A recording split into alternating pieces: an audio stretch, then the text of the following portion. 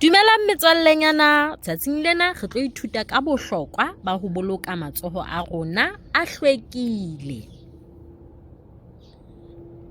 Dikokwana di dula hohle, di fofa moyeng, re di hata hodimo ha re tsamaya, re a di hema tse moyeng mona metswallenyana akere. Tse ding dikokwana di re loketse, tse ding dikokwana di a re kudisa. Ka ipotsa ke tse jwang tse re kudisang? Ha re tsweleng pele re shebeng metswallenyana hore na ke tse jwang. Ha o kena ka ntlwaneng motswallenyana, ho na le dikokwana tse sentse di le teng, mme le ha o qeta ho e sebedisa, ha o lahlela ka moqomong kapa o feta thothobolong, ho na le dikokwana.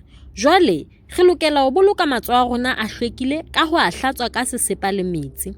Re hopoleng ka sewa sa COVID, re ne re sebedisa di-hand sanitizer moo re ne re senang metsi teng. Akere metswallenyana, ha re ipolokeng metswallenyana ya ka, re tsebe ho qoba malwetse.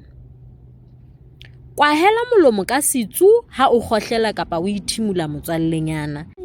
Ho lokile he baratuwanyana, re tla bona nang nakong e tlang.